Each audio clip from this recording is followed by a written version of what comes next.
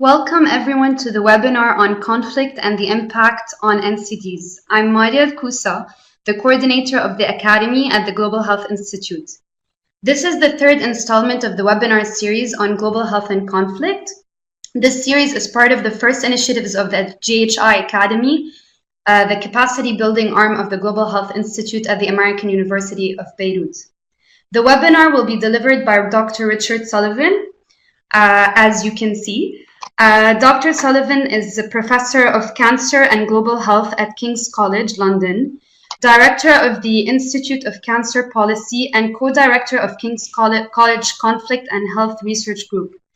Dr. Sullivan serves on the executive boards of King's Health Partners Comprehensive Cancer Center, the King's Center for Global Health, and the Union for International Cancer Control. He also holds visiting chairs at the Universidad Católica in Santiago and Tata Memorial Center in Mumbai, and is an elected fellow of the European Academy of Cancer Sciences. Dr. Sullivan will be delivering his presentation, which will then be followed by a 10 to 15-minute Q&A session. Please feel free to type in your questions as we move along the presentation. Without further ado, Dr. Sullivan, the floor is yours. That's absolutely fantastic. Thank you so much, and extremely warm welcome to everybody. Hello out there, all of you in the virtual world. So as Maria just said, I'm going to talk to you a little bit about the impact of NCDs in conflict settings, conflict systems. This is a huge subject. So I'm going to focus it in some very specific areas so you can really understand what we're doing at the moment. Let me begin by saying that, let me see if I can get my first slide going forward, if I can work out how to do this, that when we talk about NCDs, and this is really important here, we're basically talking about diseases which generally have a slow progression and are of long duration. That's not to say that often the connection between NCDs and infectious diseases is a very close one. For example, a lot of infections lead to cancer. It's just that the issue here is not the treatment of something that's acute, but something that actually is quite long term. So that's really important. That's the first thing to say. And the second thing to say is that we're really, when you sit back, if you really look at NCDs, there are a whole different variety of those, and I'll go into more of those in details in a minute. But really, when we're talking about complex emergencies and conflict settings, we're talking about the ones there. Cardiovascular diseases, cancers, chronic respiratory diseases, such as asthma and chronic obstructive pulmonary disease, and of course diabetes, both insulin dependent and non-insulin dependent. And broadly speaking, in terms of prevention, risk factors, and management, those are the groups that we really think about. So, conflict ecosystems. What do I mean by conflict ecosystems? Well, the first thing is, and you've already heard of these from previous webinars, is that they're very dynamic, they're very heterogeneous, they're both complicated and complex. By complicated, I mean there are lots of parts that you have to follow through to get to the end, to work out what the solutions are. By complex, I mean a lot of these parts often interact in such a way that it's very hard to actually predict how things may affect individual populations because they are inherently complex adaptive systems. The rise of complex conflict ecosystems has really shaped a lot of our non-communicable disease thinking. If you look at the moment around the world, and many of you will be very familiar with this, is we have got a lot of conflicts going on all over the world in very different shapes and forms. We're very used to the conflicts in the Middle Eastern region, but I want to sort of draw your attention, if you like, across to places like Mexico, which is undergoing a huge narco war at the moment. And the narco wars are essentially leading to some dramatic changes in the exposure of NCD risk factors to the population and the ability to deliver care to the populations. And that is really what we call a non-classical complex conflict. And of course, within sub-Saharan Africa, there is still this myth that NCDs don't exist. Well, NCDs are on the rise there, and they're a significant burden in many refugee and hospital settings. But the point I want to make here is all of these settings are very uniquely shaped risk factor exposure and also very uniquely shape the ability of us to actually be able to treat NCDs. The other challenges, I think, and this is something we don't really talk much about, is, and I go back to my first slide here, to manage non-communicable diseases, you need to have health systems which are in some way sustainable. And it's well worth remembering, this is something called the Fragile Planet Index. And as you can see there, I always find it slightly amusing. It's only Canada and Australia that are actually in a sustainable blue. So the further away you get in the world, the more sustainable blue it is. When you get into the middle of the world, if you like, you see you're here on alert and warnings. The point being here is that the fragility of an individual system also determines our ability to long-term plan NCD management. And so there are lots of underlying factors to sociopolitics, to individual health systems that really determine our ability, particularly in the post-conflict setting, to deliver NCD care and actually engage in prevention. And by the way, just as we're going through, I'm keeping an eye on the chat to everyone. If you can't hear me, if I'm not making sense or anything like that, please do, go back. Please do feel free just to sort of type up a question here or just interrupt me. I'm very happy to take questions. The other point I want to make is, and the picture slightly disappeared from there, which is probably a good thing, is Libya and Syria. One of the things we've learned from the conflicts in the MENA region is that it really alters the social and health architecture in very unpredictable ways. This is what's left of the cancer center in Aleppo and Homs. Libya, we've also seen dramatic changes to the social architecture. Many physicians who used to deliver NCD care in Libya have long since left and gone abroad, mainly because they were associated with the previous regime and they fear for their life, and or they've lost their livelihoods.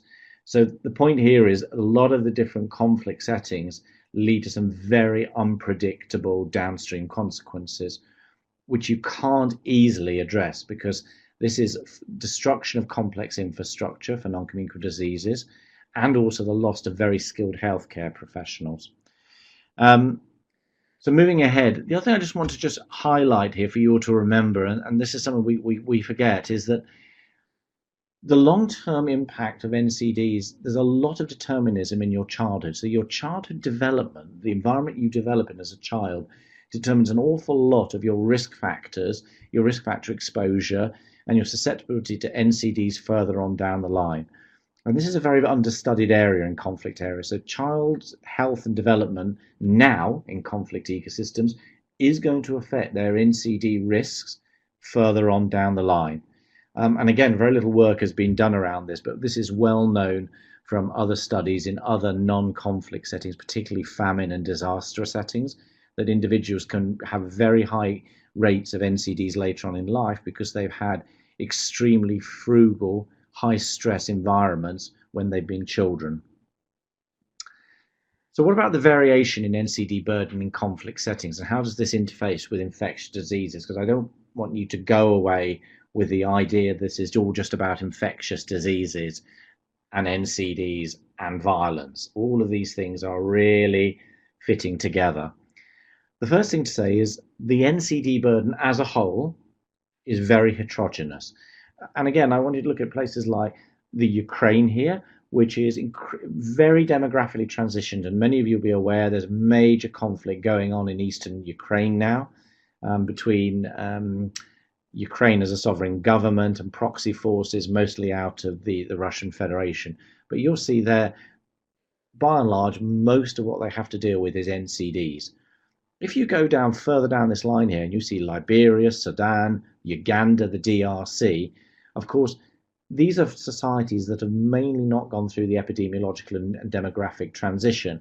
And their NCD burden for their conflict affected populations are only about 20 to 30%. Most of the burden is still what we call group 1. So this is communicable diseases, maternal, perinatal and nutritional conditions.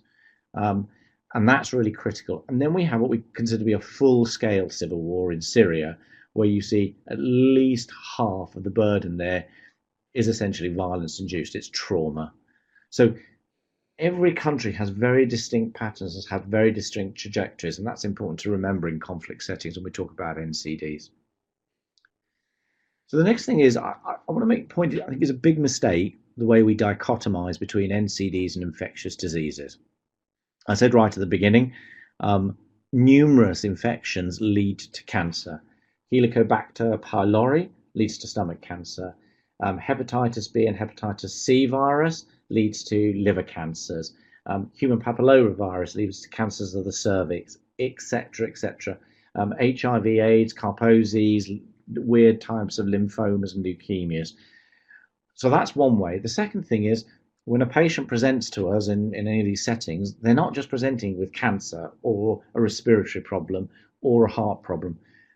They're presenting as well with multiple infections, maybe a long history of parasite infections, previous major trauma, and they may have 2 or 3 concomitant non-communicable diseases, as well as whatever the presenting disease is. So don't think of NCDs in a box. And I think policymakers make a big mistake when they just go, oh, it's just about NCDs. It isn't. NCDs may be the presenting disease, but there are lots of other diseases one has to manage within that patient. The cause of death data from conflict countries in sub-Saharan Africa is interesting. Many of you will be very au fait with the Middle Eastern region, so I want to kind of maybe just push you away and think about sub-Saharan Africa. This is fascinating. If you look over the last few years, over the last year, one particular country we're talking about here, you'll see the cause of death in many parts of sub-Saharan Africa, still 12% is due to HIV. And then you've got TB coming in at about 7%. But look at cancer here. The idea that cancer is not a major factor for populations in conflict is simply not true. Cardiovascular disease in this particular setting is still very low. And that's due to a whole range of other reasons. But of course, other non-communicable diseases, chronic obstructive airways disease, particularly chronic obstructive airways disease, and an awful lot of musculoskeletal problems make up that huge 34%. So these are big causes of premature mortality and also premature morbidity. I could show you data on that, but I'm not going to now. We're also seeing rapidly changing patterns of risk factor exposure in conflict settings. Let's start with tobacco. I call it the old enemy because it really is. This is a piece of work that we did with our Iraqi colleagues a while ago, and it was fascinating because it really highlighted the issues at a national level when it comes to tobacco control in the post-conflict setting. And there are 2 things to say. The first is, in many countries, tobacco can be an intrinsic part of the industry. So, for instance, in Iraq, there is major national tobacco production. So it's in no one's interest for people to stop smoking because of that. The second problem is, when you look around the world at conflict settings, there's a huge amount of smuggling. Smuggling of cigarettes into refugee camps, smuggling of cigarettes across borders. And this was a classic one that was in Iraq. As many of you are aware, Iraq was subject to major sanctions, but the tobacco companies did a fantastic job getting around them. And you can see what happened here. You know, Japan Tobacco, located in Puerto Rico, ships containers of Winston brand cigarettes from the United States to Valencia, Spain by cargo ship. And then if you look at each of those steps, you'll see what's going on. From Spain, they go to Cyprus. From Cyprus, they're repacked. Suddenly in Cyprus, this is fantastic. This is absolutely true what happened in Cyprus. They were basically exported with Russia falsely declared as the country of final destination. Now, somebody very senior in Russia had to have signed the forms declaring that they were coming to Russia when they never were. And actually what happened was these cigarettes ended up in Lebanon and then were moved overland to Turkey. And from Turkey, they went through the Habba border crossing and into Iraq. These are staggering smuggling. That's just one example, but this is the kind of thing that goes on and on. So there's huge problems with dealing with tobacco control, this sort of smuggling. You can talk about tobacco cessation for patients, but the reality is that this is what's going on in conflict countries. It's very difficult to do anything about it. Other major risk factors, we talked already about tobacco. We've got to remember in a lot of other contexts, it's very context specific. If you look at somewhere like sub-Saharan Africa and the refugee camps and stuff like that, you see some really staggering figures here. Alcohol abuse. These are dangerous levels of alcohol use, about 11% of the population. Obesity. We don't think of obesity as being a risk factor in something like conflict settings in sub-Saharan Africa. We're talking about 1 in 10 now. And actually, even amazingly, poor diet, really bad nutrition, really low levels of fresh fruit and vegetables, very low levels of exercise, which kind of work together here. 75% low fruit and veg, and about a third of the population just doing almost no exercise. And also extremely worrying from a liver cancer point of view is the exposure to this toxin called aflatoxin.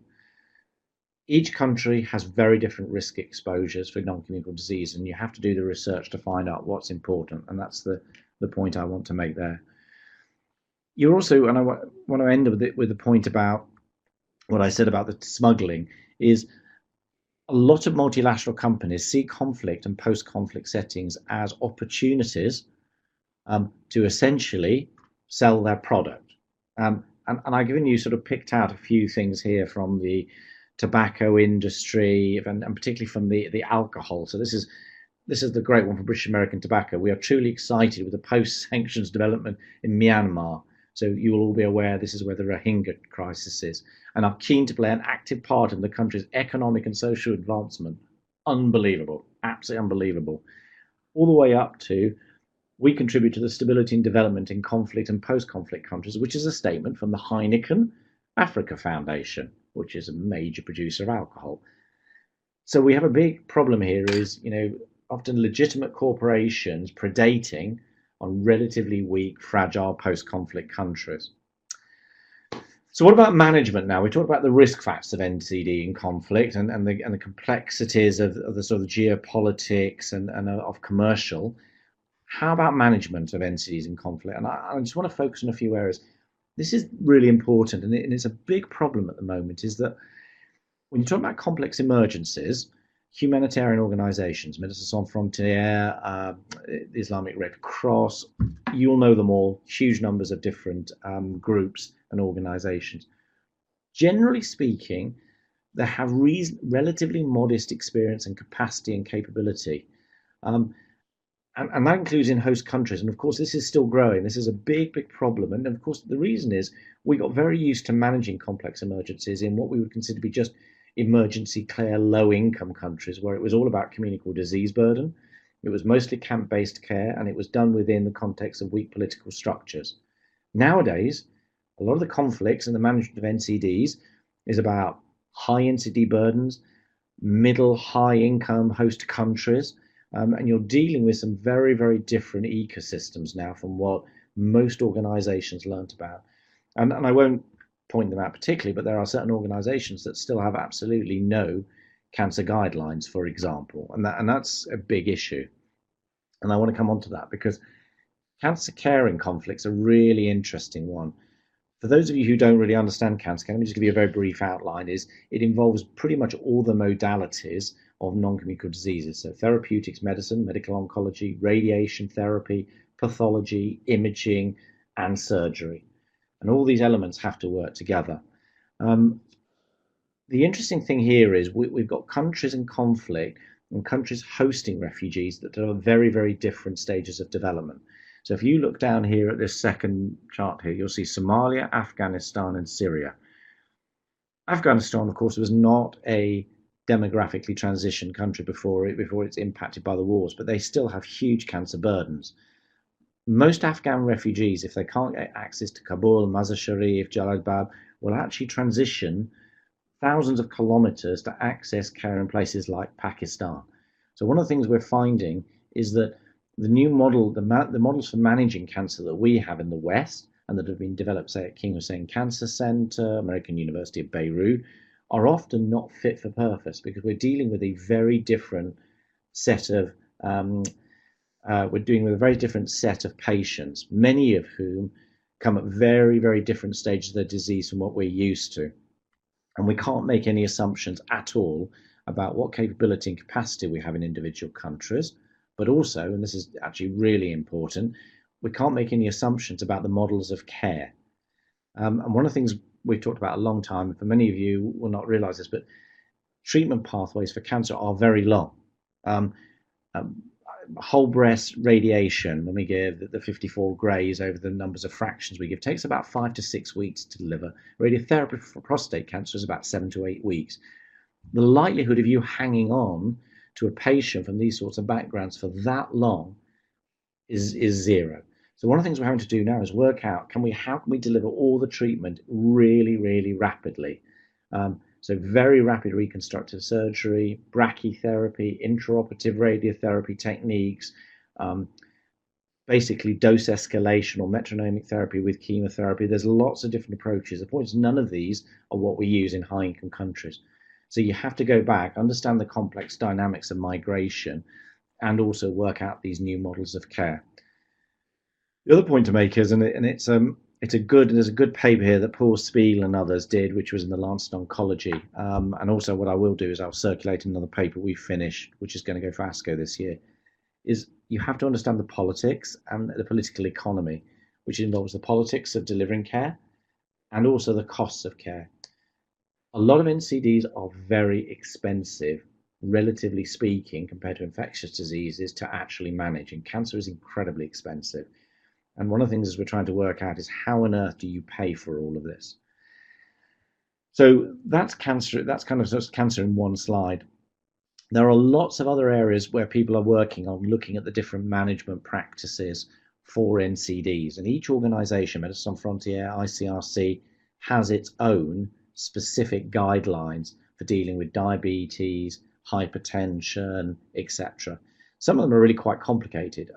What do you do, for example, with kidney failure? I mean, we see a surprising amount of that, and it's growing in many parts of the world. Acute tubular necrosis, glomerulonephritis due to concomitant infections, and to be honest with you, dialysis is expensive. Peritoneal dialysis is less so, but it's a more complex therapy to give, and you have to set up the system. So there are lots of areas at the moment where there's a lot of need for more work, which is very context specific, to ask the question, well, how on earth do we manage these patients that have got these specific diseases? Can you give them depot injections? How do you build self-care into individual households? How do you even reach out to these particular patients? What about an insulin-dependent diabetic? In particular, they're in an enclave up in the Afrin region or in Ramallah. How on earth do you manage their insulin-dependent diabetes? And there's lots of very, very cool and interesting work being done. I'll give you an example. Host institution for this webinar, AUB, is doing work in things like augmented reality using a system called Proximy with surgeons in Gaza, which is a way of surgeons in another institution helping another surgeon elsewhere guide their operation. And this is very, very cool new use of new technology to actually be able to deliver NCD care. And there's a tremendous amount of that going on, but an awful lot more of that is needed. And talking about what is needed, we come to the point about research into NCDs in conflict. There's only been one decent review, and this is this one here, which I've given you the link for the slides. It's well worth reading, because if you're interested in doing research and looking for research projects, as well as talking to your mentors, have a look at this. If you cast your eye down that, you'll see communicable disease control. It's about 150 major papers over the last decade, which were reasonable. And then we keep going all the way down. Look at that. We're literally talking in NCDs. This particular review, and it was a really serious review, found, I think it was that's about 10, that's 30, so that's 20, that's not even 10. Yeah, that's maybe about 6 or 7 decent pieces of work. It's ridiculous. It's absolutely ridiculous how little is going on in NCDs. So this is a big area to actually be able to do some research into, and well worth looking at. And also, I think, make the point here that conflict is just one factor for non-communicable diseases. In any particular country or ecosystem, a state of conflict exists for only so long. Lots of other dynamics occur. Risk factor changes may happen that have got nothing to do with the conflict that you've got to study. Social and economic determinants, for those of you who are anthropologists or economists or interested in those sorts of areas, there are vast numbers of particular areas that we still do not understand how they can be used either to prevent in a public health measure or to treat and manage NCDs here. So this is, I talked about trade agreements. How do you stop bilateral trade agreements being misused to allow high risk factor alcohol, tobacco, saturated fats from getting into conflict countries? And you can see this is a rather old slide because it's still got the Millennium Development Goals on. I personally find the Sustainable Development Goals very confusing. I like these because it still reminds us what foundationally we're trying to do in many conflict countries. And those of you as well interested in more social factors, household effects, macroeconomic effects, long-term effects of NCDs. So these are really interesting and vital areas to get involved in. The other thing I think it's worth looking at is who delivers the public health and the care of NCDs. There's a big changing nature of health actors in the NCD space. There's a lot of complex new healthcare actors, patient experiences, and clinical migration patterns, the pathways in which patients take. No one's studying these. Well, a few are, I should say. I keep AUB out of this, King Hussein and others, because they are looking at that. But relatively speaking, it's not well studied. We're working on projects at the moment with out in this is one of the more terrifying narco gangs working out in Latin America. It's interesting actually looking at seeing how, what do we call, non-traditional actors in the health space and what they're doing. The problem is most of global health focuses on the community level. For instance, you know, the basic package of health services in Afghanistan had very little to say about NCDs in terms of health system strengthening, which really needs to focus on secondary care and tertiary. And by that I mean secondary care hospitals and specialized tertiary centers. And very little of that has really been done. So I think it's a really interesting space. I do need to mention universal health coverage and SDGs because countries have all signed up to this. I think this is really unique challenges. A lot of NCD work goes on in what we call fragile but stable non-conflict areas. What it's not been done is that it's not being done in the conflict ecosystems. And there's a really crucial shortage of research to inform policy and delivering on both universal health coverage and the Sustainable Development Goal commitments. Want to just point out one of the things we're doing with AUB, King Hussein, Hashitepe University in Turkey, and Birzeit in Ramallah, and I suspect it will expand to other places over the next 5 years, is to build up research capacity. This is not actually doing research. This is building up people's expertise to conduct research into NCDs. And we're particularly looking at mental health and cancer, but there'll be a lot of other things that will be tied in the next 4 or 5 years. So this sort of thing is starting, and AUB is absolute, and the GHI is critical for this. I will say, from my personal experience, if you step back a little bit, I think there's going to be increasing complexity in both social and therapeutic NCD geographies. And it's this idea of therapeutic geographies is something that Omar Al-Dawachi from AUB and Ghassan Abu Sitta have really done a lot of work on and written on. It's really worth reading their work. It's fantastic work.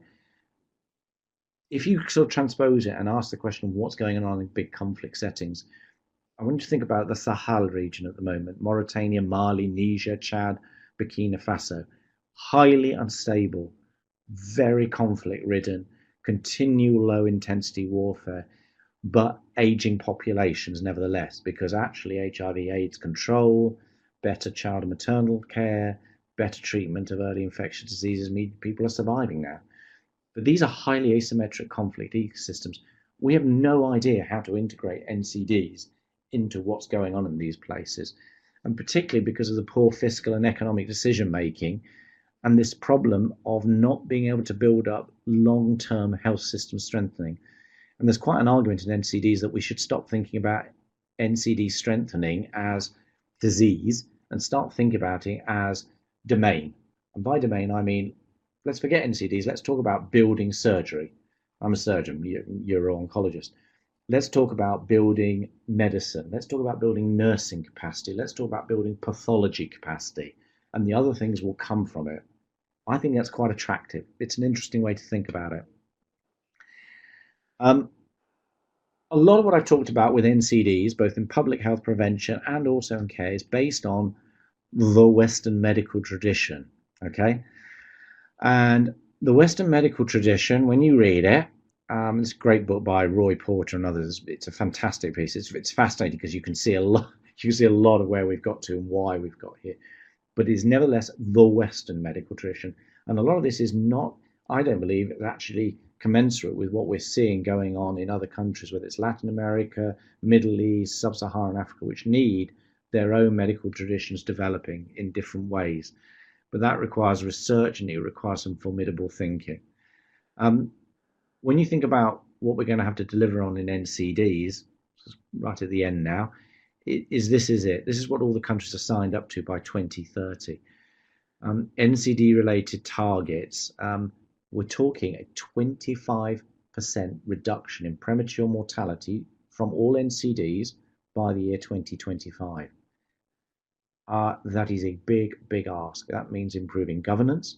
It means reducing risk factor exposure. It means building your health systems, and it means building intelligence. And by that, I mean cancer registries, cardiovascular registries, actually knowing the diseases, what you've got.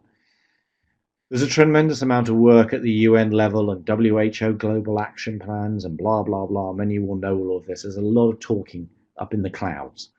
The issue is the connection with what's happening at national levels and what's happening with vulnerable domestic populations and in, say, hosting countries like Jordan and Lebanon, and also what's happening to the refugee populations they migrate through. And of course, what we don't know is what the future conflict ecoscape looks like. We have no idea where the next big conflict could or will blow up.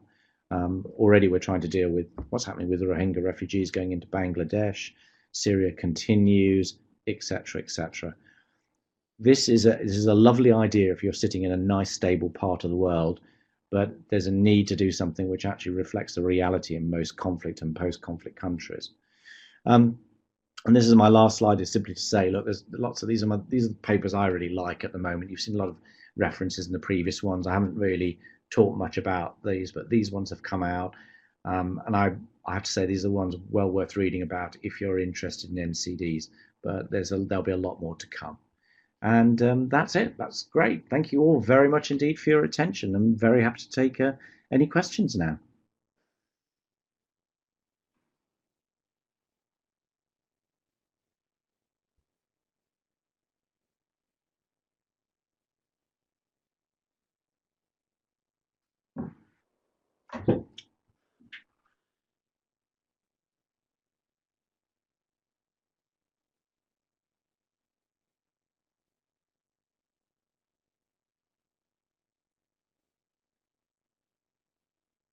Great. So I'm looking at some of the questions. They're coming through. I'm going to just quickly address them.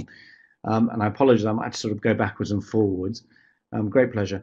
So what are some of the unique skills required of researchers to be able to conduct NCD research? Okay. I think you have to decide what flavor person are you. Do you like working with numbers, doing quantitative analysis, or do you like talking to people? And that's kind of qualitative training. Some people can do both and like both. They like to work, crunch numbers, or work with interviewing. So I think my view is you've got to have one master. You've got to be master of one discipline: epidemiology, demography, from the quantitative side, or certain forms of qualitative, actor network theory or something like that from the qualitative side, or go for something like economics. My view is to do NCDs properly now, you need to go off, learn both at a reasonable level, because a lot of NCD work in the field requires you to be able to do what we call mixed methods. So you need a good grounding in one discipline, but you then need to learn to do other disciplines and also collaborate with people that will help you build a research protocol that does mixed methods. So, I work with I'm a quantitative person myself. I work with anthropologists who do a lot of qualitative work. And so we can do stuff backwards and forwards. So it's a kind of team effort. But I think it's really I've never stopped learning. I go back to college every 2 or 3 years to learn a new discipline. I'm learning GIS at the moment, geolocation stuff. And it's absolutely brilliant. It's fascinating what you can do. And even if you're not the person who does the analysis, you at least know what it can do and what questions you need to ask other people. What have I got here? We've got NCD surveillance. It could be done through screening campaigns. Yeah, so this is very interesting. You're right, is how you can do NCDs you can do all sorts of things. You can do cohort, longitudinal studies. You can take data from screening campaigns and make estimates. If you look at the IHME, a lot of extrapolated data is taken from papers which do that sort of thing. But, big but here, it is no substitute having a decent registry. And the first registry step is having a registry in your hospital or community practice. And the second is to have a national registry. It's still a huge deficit in countries. And I'm not just talking about conflict countries generally around the world. there's only so much you can do with estimating incidence, mortality, prevalence, etc., from what I would call discrete research projects. But it's a good question. So this is about improving the supply chains and medicines.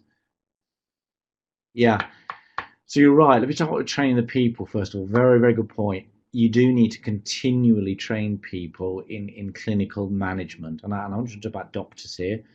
Physiotherapy is hugely important for people who've been trauma, disability, somebody's been shot through the hand. It's, often it's quite easy to repair people, and what they need is the hand physio to get it working again.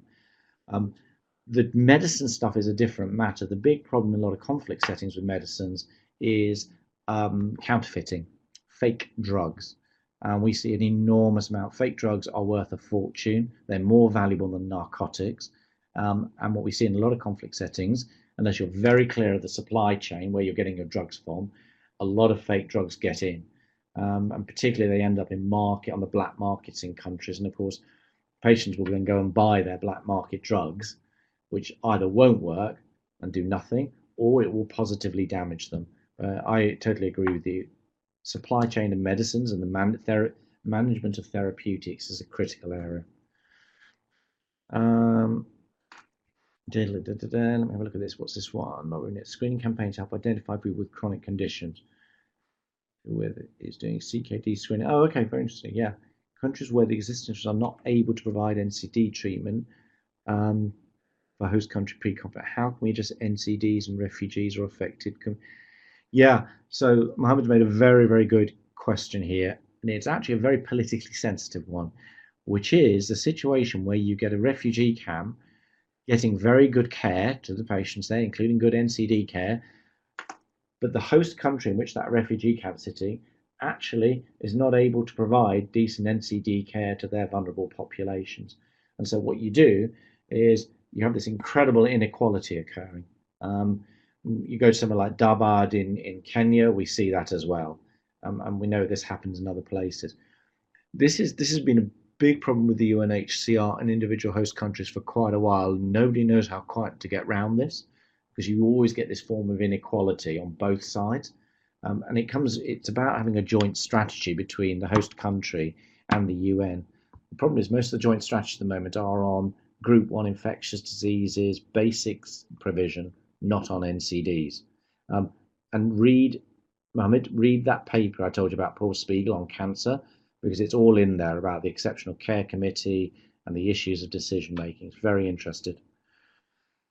Michelle, I think the NCD programs in host countries for refugees should be done with specialized institutes for specific energy. Yeah, so that's a very good point. Let me just put a point about NCD complexity and managing. Some NCDs at a certain level can be managed quite easily, in the sense that when I say easily, they're not difficult to manage. Basic hypertension, basic heart failure, non-independent diabetes, that can be managed at a district hospital with very modest training. NCDs like cancer and certain types of cancer get more and more complex and more difficult to manage. So you need more equipment, more specialized people. And even with cancer, treating an uncomplicated breast cancer is relatively straightforward, in inverted commas. Treating somebody who's got hepatobiliary disease, who has thoracic disease and that needs operating on is extremely complicated, and you do need to be twinning there. So there are already some very good twinning programs going on across the Middle East, but there's no doubt that a lot more needs to be done. But you still need to build up the infrastructure and the training. Let me just have a look now. The solution to inequality of service between refugees is supporting the existing to respond to it. Yeah, I totally agree. And it is, but this is more than just the UNHCR. And this is what I will say to you: is look at the numbers and how much money the UNHCR has to. You're talking about full-scale health system strengthening here. And part of the problem is the mismatch with what's been going on with donor allocated health programs, what we call ODA funding into these emerging economies. It's just been insufficient. There's a big fiscal gap here. And what happens with a lot of countries as well is, they've been given a lot of money for their infectious diseases, HIV control, if you look at sub-Saharan Africa, and then they've come to a point of transition of development, bang, they've hit the ceiling, and they've been told now you have to fund these countries, these programs yourself. Where are they supposed to find the money to go and then treat the NCDs? So the UNHCR has been doing a lot, but there's still a major, major gap in my view. When you look at the numbers, they do not add up. When you look at either Lebanon or indeed Jordan, there's insufficient external funding going into this. I'm looking at the next one. Lebanon, the Ministry of Public Health is being helped by many primary health units near the camps. And there's possible hard mobile. Yeah, I totally agree. This is about the mobile units and what can be realistically delivered at primary healthcare units. You can do quite a lot in NCDs at basic level, but there are lots of NCDs that require complex hospital management, and that can't be delivered in camps. And the issue then is, how on earth do you get people to go into them to do that? So I'm just going to try to get the next one is Dr. Thingalopha. Okay, this is Mahad. What is your advice towards professionals from post-conflict states to find out grants? Yeah, so Dr. Mahad, this is a big problem is funding. It's available. If you look at in the UK, you have something called R2HC. It's the Wellcome Trust, which is a big international funder. But generally speaking, the international community has not been good about getting funds to do research in these countries. This has only started in the last few years. Most of the money that's flowed in has been in delivering care rather than doing research. We're trying to get more organizations now to fund the research. But Dr. Mahad, if you look at the Wellcome Trust website and you look up R2, that's a number 2, and then H and C, you will see some information on that. Yeah, Mohammed says it's to do with politics. Yeah, it is, I'm afraid.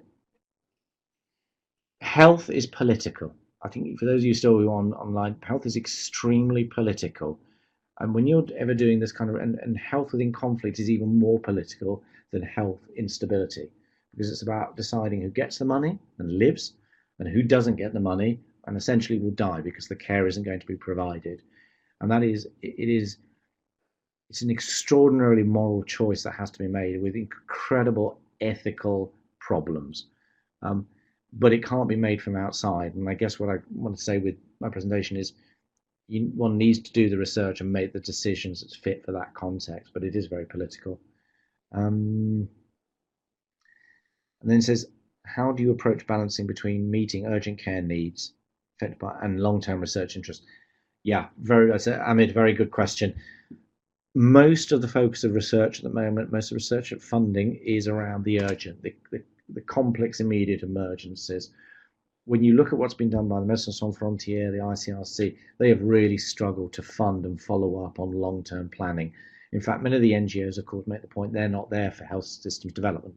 That's the job for governments to do. But they've ended up being pulled into it.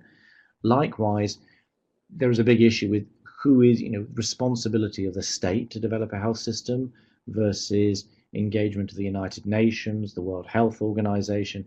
It's a bit of a mess, to be honest, at the moment. And it's not one size fits all. Do not address or treat ND. So mobile units, just doing a webinar at the moment. Sorry, that's fine. Sorry, this is what happens when you're in hospital. People keep coming in, but never mind. Mobile units don't address or treat NCDs. You're absolutely right. Some do, and there are models of mobile units which can deal with straightforward heart disease, check people out for their non-independent diabetes, deal with their arthritis, etc. Can you please tell us how economy and health can be flexible towards the sudden prevalence? Yeah. So the economic modelling around how to manage NCDs is available, and you need to be able to do that economic modelling and planning. The problem is many governments don't plan far enough ahead. They don't allocate the resources correctly, and they don't prioritise. Or if they do prioritise, they break their own rules. There are lots of models. If you go up and look at, fiscal and economic plans for NCDs, basic surgery, pathology exists, NCDs as a whole. Tons of work is going on this in WHO. Many countries just don't do the research and don't do the work to model and to plan this. And that's actually an interesting area of research as well.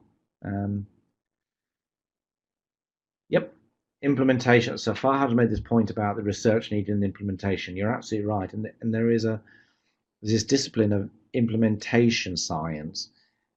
I'm going to say something, though, that we've kind of almost turned implementation science into part of the problem as well. Half the problem with the research, I'm going to go back to basics, is number one, is this a good question which has actually been developed by the people who are on the ground experiencing this from the country, not an outsider coming in? Is this a really important question in that country? Will the answer to that question matter to the people who can make changes? And for that, it means you've got to have designed the research and come up with the questions with those individuals as well. And that's kind of basic 101 implementation. That is how you get something to matter. A lot of stuff that people do doesn't matter. It doesn't have any relevance. And it doesn't have any relevance because it's done by outsiders, asking questions that nobody wants answering or don't think is important for that particular context. And the individuals have never been engaged. So I think that's a big thing in terms of getting your research to matter in countries. But I completely agree. The gap in implementation is vast, even between the good research and actually changes. I'm starting to research on all these areas. How you could look at it. Yeah, lots of thoughts. I'm going to say this now. In terms of John Hopkins, the Yales, the Harvard, the French system, I think at the moment the money, when you add up all the money that's available, though, it's still very, very poor. And I've seen some quite impressive successes of people persuading local NGOs to fund particular research projects in that country.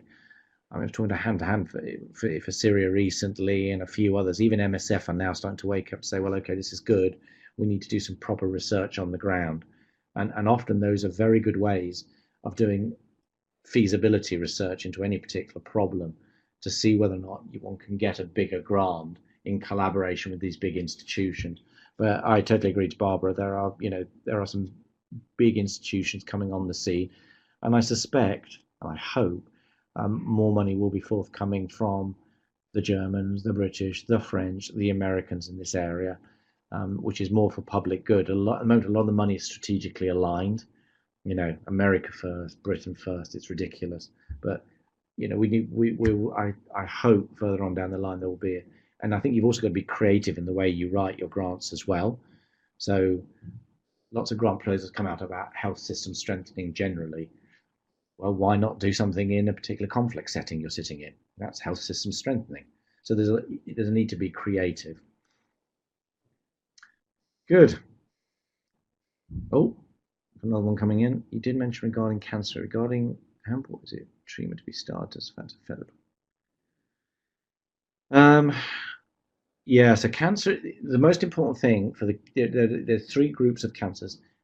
The groups of cancers at the bottom, which no matter how good your system are horribly incurable. Pancreatic cancer, for example. And then the cancers at the top, which are terribly curable, like testicular cancer, breast cancer. So it's really important to make sure that individuals present early. If you present late with cancer, doesn't matter where you are, there's very little can be done. So the patients have to present early, and they have to complete the course of treatment. And that's really critical. And that's what I meant about shortening the pathways. You can't keep people for 5 or 6 weeks. You've got to treat them there and then. And that means usually really good surgery, radical radiotherapy, brachytherapy, and oral chemotherapy, because frankly, you're not going to get them back in to do IV chemo. But it's horses for courses, and you've got to go for the cancers which are curable above those like thoracic, lung, pancreatic, which frankly are not curable. And I made a point about palliative care is incredibly important. We don't do enough of that. Yeah, short answer is, Farah, yes, there are. There are both places like King Hussein Cancer Center, Ankara and Hashtatepe, and also places in Gaziantep in Jordan where you can get that. The issue is what type of refugee you are, and particularly the refugees which are what we call sans papier. They've got no papers, and those individuals always turn up incredibly late because they know they're going to end up being deported, or they're going to be refused treatment in the first place, and that is a big problem in some places. So it's very dependent on the setting they're at and then the type of refugee they are. And then obviously within the UNHCR, you've got the Exceptional Care Committee that makes decisions about who gets, in inverted commas, the expensive treatments like cancer. And the childhood cancers as well are not say well funded, but they are also funded. So there's a big focus on childhood cancers. Yeah, Farah, I agree with you. I mean, Farah, you know this better than everybody else, is that, with Lebanese system of being purely privatized, it is very hard, for people to end up in the right place, being treated in the right way at the right time.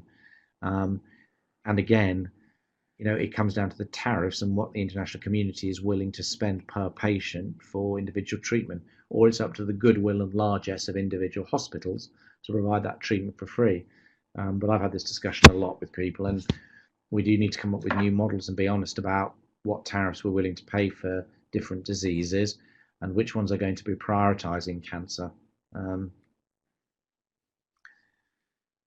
feel that furious that I have. Yes, I'm looking at Joseph saying. Yeah, absolutely. And so to get treated, I totally agree with you. I think this idea of trying to explain to people what care they really need and what they should be accessing is really difficult. People will often think they're being treated properly. I'm not in Lebanon, but there are other parts of the Middle East and other conflict countries I've seen where patients are just given chemotherapy or they're just given radiotherapy. They're not offered surgery when they actually need it, and they think they're getting good treatment. Actually navigating themselves through the system is incredibly hard, and even if the money's available, they don't know how to access it. So there's this whole issue of patient navigation, not just for refugees, but I would think for domestic populations as well. That's a big problem. Yeah, the surgery, and and Farah, as you know, if you're only covering one modality, we come into this with all the time with cancer. Many of our patients, we need to downstage them before we treat them, so we need neoadjuvant. If you just do good surgery in breast cancer and you're not even giving, I don't know, brachytherapy for the breast cancer and no endocrine treatment for ER positive, what the outcomes are going to be a lot worse. It's what you cover in the package. You need to cover the model of care as a whole, not just the individual elements. I agree about, I was just looking at the point about Jordan as well. I totally agree about Jordan. I think I'm really sad. I've just come back from a meeting at The Economist with Jordanian colleagues, King Hussein, etc. And it was a really challenging meeting, talking about what is going to happen in Jordan. Everyone's really struggling, which is not possible. It may approve the surgery, but not cover it. Yeah, Mohammed, I've had this exact conversation when Paul Speed was in charge, and it needs redoing as a model of care. My pleasure, Barbara. Yeah, it is suboptimal. It's very suboptimal. I'm just looking at what Dr. Mahad says here. How can we address issues and also implementation of find actions in conflict? What do you think is important to do regarding the gap? Well, I think it's what you're doing here at AUB, King Hussein, other places, which is, you're actually asking these questions and you're actually sitting out there looking at the models of care and also the pathways of care and saying, well, how do we deal with this? How do we deal with these sorts of cancers? Which ones do we prioritize? How do we deliver surgery for all NCDs? So how do we train our pelvic and our general surgeons? How do we deliver pathology? These are fundamental health services research questions. So yeah, excellent. Good. My pleasure, everybody. Cheerio. Nice to see you all. Thanks for listening today.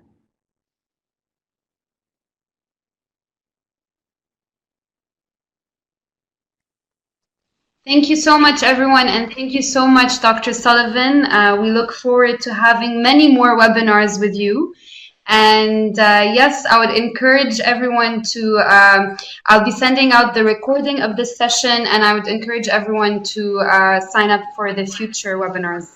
Thank you so much, everyone. Pleasure. Bye-bye, everyone.